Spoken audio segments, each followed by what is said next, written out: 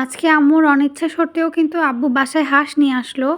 কারণ তার মেয়ের জামাই খাবে বলে কথা। মেয়ের জামাই এই শীতে হাঁস খেতে চাইছে। তার জন্যই আব্বু কিন্তু সকাল সকাল চলে গেছে হাঁস আনার জন্য বাজারে। দেখেন কত বড় একটা হাঁস নিয়ে আসছে। এটা নাকি 4.5 কেজি নাকি 5 কেজির মতো মাংস হবে। মানে যার কাছ থেকে আনছে সে বলছে। এখন যেহেতু আব্বু হাঁসটা দিয়ে চলে গেছে, কে জবাই করবে এটা নিয়ে তো আমরা টেনশনে পড়ে গেছি। তার জন্য তাজের বাবাকে ঘুম থেকে উঠায় বলতেছি যে একটু জবাই করে দাও হাঁসটা। আর জবাই করার পর একা একাই কিন্তু এই হাঁসটাকে আমার বাঁচতে হয়েছে। আর এই যে হাঁসের পা নিয়ে কিন্তু ফাইজলামি করতেছিলাম। এই যে আমি বলতেছিলাম যে যেই চুলকানি হয়েছে, যেই অসুখ বিসুখ হইতেছে এখন, এটা দিয়া চুলকানি হইলে চুলকাইলে অনেক আরাম লাগবো। আর এই যে তাদের বাবা কিন্তু সুন্দর করে হাঁসের মাংসটা কেটে দিছে। বললামই তো 4.5 কেজির মতো মাংস হয়েছে। আর রানগুলাও অনেক বড় বড় হয়েছে। এখন ধুয়ে সুন্দর করে পরিষ্কার করে নিয়েছি, রান্নার কাছে চলে যাব। আর ভাবছিলাম যে চুলার রান্নাটা সম্পূর্ণ লার্কি চুলার মধ্যে করব, কারণ গ্যাস থাকে না। আর বাঁচতে বাঁচতে এত পরিমাণে দেরি হয়ে গেছিলো, একা একা বাঁচছি তো সব কিছু একা একা করতে হয়েছে। কারণ আম্মু হাঁসের মাংস একদমই পছন্দ করে না, তার জন্য উনি ধরে নাই। আর একা একাই রান্না করতে হইতেছে। আমি একদিকে হাঁস কাইটা কুইটা পরিষ্কার করে নিছি, আর অন্যদিকে কিন্তু আম্মু মশলা টশলা আমাকে বেটে দিছে। যেহেতু আগেই বলছি যে আম্মু হাঁসের মাংস পছন্দ না, উনি রান্নাও করে নাই, আমি সম্পূর্ণ রান্নাটা করছি। কারণ এর আগেও আমি একবার তাজের দাদু বাড়িতে হাঁস রান্না করে তাজের বড় ফুপাকে খাওয়াইছিলাম। এটা আমার সেকেন্ড টাইম হাঁস রান্না। কিন্তু এই হাঁসটা আমি এর আগে রান্না করি নাই, মানে ছোটো হাঁস রান্না করছিলাম। চীনা হাঁসটাই ফার্স্ট টাইম, মানে ফার্স্ট টাইমই খাইতেছি। কেমন স্বাদ আমি বলতে পারি না। মানে অনেক এক্সাইটেড হয়ে রান্না করতেছিলাম যে কীরকম হবে, রান্না বান্না ভালো হবে নাকি খারাপ হবে। আর একটু পরপর তাজের বাবা আইসা আমাকে বলতেছে রান্না যদি ভালো না হয়েছে তাইলে কিন্তু খবর আছে। আর একটু পরপর বলতেছে ঝাল দিও বেশি কইরা, লাল লাল করো। মানে আমি অনেক নার্ভাস হয়ে গেছিলাম, মনে হইতেছে যে আমি কি পরীক্ষা দিতে আসছি, রান্না করতে আসছি না কি করতে আসছি। মানে প্রচণ্ড ভয়ে ছিলাম। আর লবণগুলাও একটু বুঝা বুঝা দিতে হইতেছে, কারণ বেশি হইলে তো আর খাওয়া যাবে না। তার জন্য একটু অল্প লবণ দিছি, যাতে পরবর্তীতে লাগলে যাতে দিতে পারি। আর এই যে দেখেন মরিচের ফাঁকি আমি কিন্তু পুরো অর্ধেক বয়াম ভরে দিয়ে দিছি। আর হলুদের ফাঁকিটা আমি আম্মুকে দেখাই দিছিলাম, কারণ হলুদটা যদি 19-20 হয় সেটাতেও স্মেল বের হবে, বাজে লাগবে খেতে। তারপর দিয়ে দিলাম একটু ধনিয়ার ফাঁকি। এখন সবগুলা মশলা একসাথে একটু কষায় নেব ভালো মতো, যতক্ষণ পর্যন্ত তেল না বের হয়। এটাতেই কিন্তু আসল মজা। মশলা যদি ভালো করে না কষে তাহলে কিন্তু একটা কেমন জানি স্মেল বের হয়, খেতে ভালো লাগে না। আর যদি ভালো মতো কষে যায় তাহলে কিন্তু রান্নাটাও মজা লাগে, ইয়াম্মি লাগে, দেখতেও সুন্দর লাগে। এই যে দেখেন। আর আরেকটা কথা বলি, আমি রান্নার ফাঁকে কিন্তু একটু একটু করে পানি দিতেছিলাম, কারণ তরকারিটা মনে হইতেছিল যে আমার কাছে লেগে যেতেছিল, এমন লাগতেছিল। কারণ এত বড় কড়াইতে আমি কখনো রান্না করি নাই। আমি আম্মুকে একটু পরপর ডাকতেছিলাম যে আম্মু দেখো লেগে যায় নাকি, তুমি দাঁড়ায় থাকো, তুমি না রান্না করো, আমাকে একটু গাইড করে দাও। তার জন্য আম্মু কিন্তু সাইডে দাঁড়াই ছিল। আর একটু পরপর বলতেছিলাম যে তেল ঠিক আছে কিনা, তেল মনে হয় কম হয়েছে, মশলা কম হয়েছে। পর আম্মু বলতেছে যে না, সব কিছু ঠিকঠাক আছে, যতটুক মাংস আছে ততটুক পরিমাণে কিন্তু মশলা আছে। আর এই যে দেখেন এদিকে কিন্তু তেলটা ছেড়ে দিছে। এখন আমি মাংসগুলো সুন্দর করে এক এক করে দিয়ে দিব। আর মাংসর টুকরাগুলো একটু ছোট ছোট করে কাটছি, কারণ নয়তো মশলা ঢুকবে না। তখন মানে যখন ফার্স্ট টাইম তাজের বাবা কেটে দিছিল তখন কিন্তু অনেক বড় বড় ছিল, পরে আমি এগুলো আবার একটু সাইজ করছিলাম ছোট করে। আর এত পরিমাণে এটার হাড়গুলা শক্ত ভাই, মানে আমি কাটতে গিয়ে খবর হয়ে গেছে। তাজের বাবা আজকে ছিল বিধায় মনে হয় হাঁসটা কাটা হয়েছে, নয়তো মানে আজকে কোনোভাবেই কাটা যেত না, কারণ আব্বু বাসায় ছিল না। আব্বু হাঁসটা দিয়েই এক জায়গায় চলে গেছিলো, আব্বুর একটা ছোট্ট কাজ পড়ে গেছিলো তার জন্য।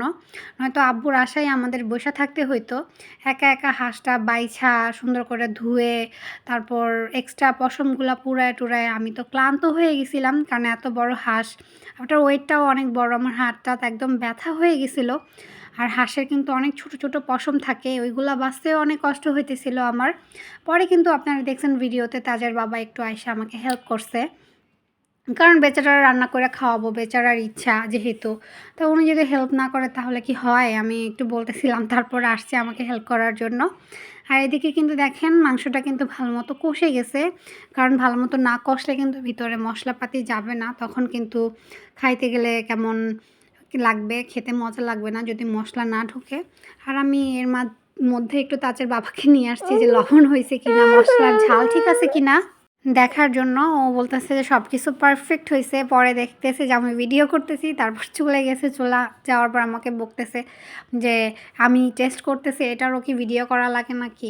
পরে আমি বললাম যে তুমি তো বলো যে ঝাল দেই নাই, এটা দেই নাই, সেটা দেই নাই, এটা প্রুফ আমি রেখে দিলাম যে পরে যাতে বলতে না পারো যে মজা হয় নাই রান্না আমার, এই জন্য রেখে দিছি। তারপর রাগ করে চলে গেছে। আর এই যে দেখেন আমার নাড়তেও কিন্তু কষ্ট হইতেছিল, এত বড় কড়াইয়ের মধ্যে রান্না করতে তাও হাঁটতেছিল না। এখন ঝোল দিয়ে দিলাম আমি, গরম পানিটাই দেওয়ার চেষ্টা করছি কারণ তাড়াতাড়ি বলক চলে আসবে।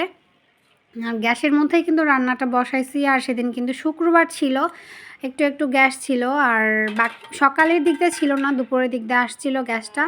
সকালে যখন আমি বসাইছি তখন কিন্তু আমি এলপি গ্যাসের মধ্যে বসাইছিলাম, এখন যেহেতু একটু গ্যাস আসছে তখন আমি গ্যাসের চুলার মধ্যে দিয়ে দিছি। কারণ আশায় ছিলাম আমি এই হাঁসটা আমি লাকড়ি চুলার মধ্যে রান্না করব, কারণ এত পরিমাণে শীত পড়ছে এই কয়েকদিন। আর এত পরিমাণে ছাদে বাতাস ছিল, কোনোভাবেই পসিবল হইল না রান্না করা, কোনোভাবেই আমি জাল ধরাতে পারতেছিলাম না, তার জন্য আরও আমার দেরি হয়ে গেছে। আর এই যে দেখেন তরকারিতে বলক চলে আসছে, আর একটু হলেই কিন্তু আমার হাঁসের মাংসটা হয়ে যাবে একদম ভুনা ভুনা। কারণ আর হাঁসের মাংসটা কিন্তু ঝোল ঝোল খায় না, এটা কিন্তু ভুনা ভুনা খায়, কারণ ভুনা ভুনা এই মাংসটা মজা। সাধারণত আমাদের বাসায় কিন্তু আমার আব্বু এই মাংসটা রুটি দিয়া বা মুড়ি দিয়া খেতে পছন্দ করে, কিন্তু তাদের বাবা গরম ভাত দিয়ে এই মাংসটা খাবে, তার জন্য আম্মু কিন্তু পাতলা করে জলপাই দিয়ে আম্মু ডাল রান্না করছিল, টক ডাল। ডাল আর এই মাংস এটা দিয়ে কিন্তু আজকে দুপুরে খাবার দাবার হবে। আর আম্মু আব্বুর জন্য কিন্তু আলাদা করে আরও রান্না বান্না হয়েছে, জাস্ট এই হাঁসের মাংসটা এক্সট্রাভাবে আমার হাজব্যান্ডের জন্য রান্না হয়েছে। দুপুরে খাওয়া দাওয়া করে কিন্তু সন্ধ্যাবেলা একটু ভাবিদের বাসায় বেড়াতে গেছিলাম, আমি তাজের বাবা, আম্মু, জেরিন, তাজ সবাই গেছিলাম। আসার পর ভাবি নাস্তা রাস্তা দিছে, সবাই মিলে একটু নাস্তা রাস্তা করে একটু গল্প করলাম। যেহেতু সন্ধ্যাবেলা ঠান্ডার রাত আর বাহিরে বের হওয়া হয় নাই আমাদের, তার জন্য ভাবিদের বাসায় একটু গল্প করলাম ভাবির সাথে। আর ভাবির সাথে গল্প করতে কিন্তু আমার অনেক ভালো লাগে। আর ওইখান থেকে গল্প করে আসার পর দেখেন তাজ কি করলো, আয় হায় এগুলা কি করতেছে, আল্লাহ তাজ কি করতেছে এগুলা, তুমি এগুলা কি,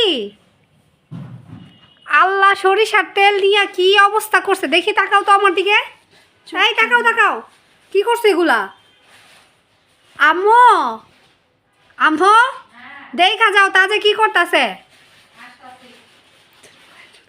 আল্লাহ ছি ছি ছি ছি, আজকে তেল মালিশ করে সবাই একবার গরম বানাই দিব। ওই যে দেখেন গাইস, জেরিনরে শরীরে তেল দিয়ে দিতেছে কেমনে আমার ছেলে, মাখো মাখো ভালো করে মাখো, জেরিনরে যেমনি তেল দিয়ে দিতেছো, জেরিন তোমার কি দিব, জেরিন কি তোমার খাওয়াইবো মজা, খাওয়াই না, খাওয়াই না, কবে খাওয়াচ্ছি আমার পোলারে, হ্যাঁ ক, আজকে সকালে যেই নুডলস রাঁধছ সেই নুডলস খাইয়া তো পুরা ফিদা হয়ে গেছি গা, নুডলসের ভিতরে দুধ দিয়া তুই আজকে নুডলস রাঁধছস, সেই লেভেলের একবারে মজা হয়েছে। দাঁড়া ভালো করে বসে হাতের মধ্যে, ঠান্ডার কারণে গলা দিয়ে সাউন্ডই বেরিয়েছে না আমার, একটু খায় অনেক, দাঁড়া। ওই দেখো কি করছে, কি করতেছো দাদাই? মানে এমন একটা ভাব করবো লাগে ওরে আমরা ঝালায় শেষ করছি, সরিষার তেল দিয়ে কি করছে দেখো নতুন গেঞ্জিটারে, এই ইকো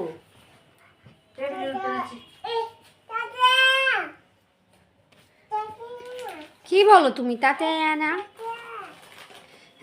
আমার ছেলে নতুন নতুন কথা বলা শিখছে, তার জন্য মানে ওর ভাষাগুলো বুঝতে এত পরিমাণে কষ্ট হয়।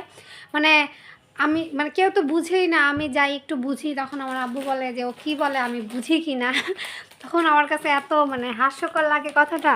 মানে কিছু কিছু বুঝি আর কিছু কিছু মাথার উপর দিয়ে চলে যায়, চাইনিজ ভাষা বলে। এই ছেলে কি বলো, এগুলো কে দিচ্ছে মুখে,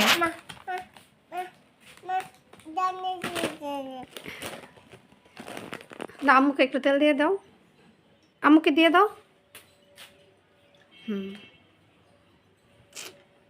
থ্যাংক ইউ, এই গেঞ্জি রে এরকম করছ দিয়ে থ্যাংক ইউ,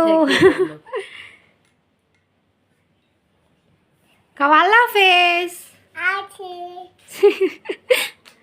আল্লাহ হাফেজ বলতে পারো তুমি,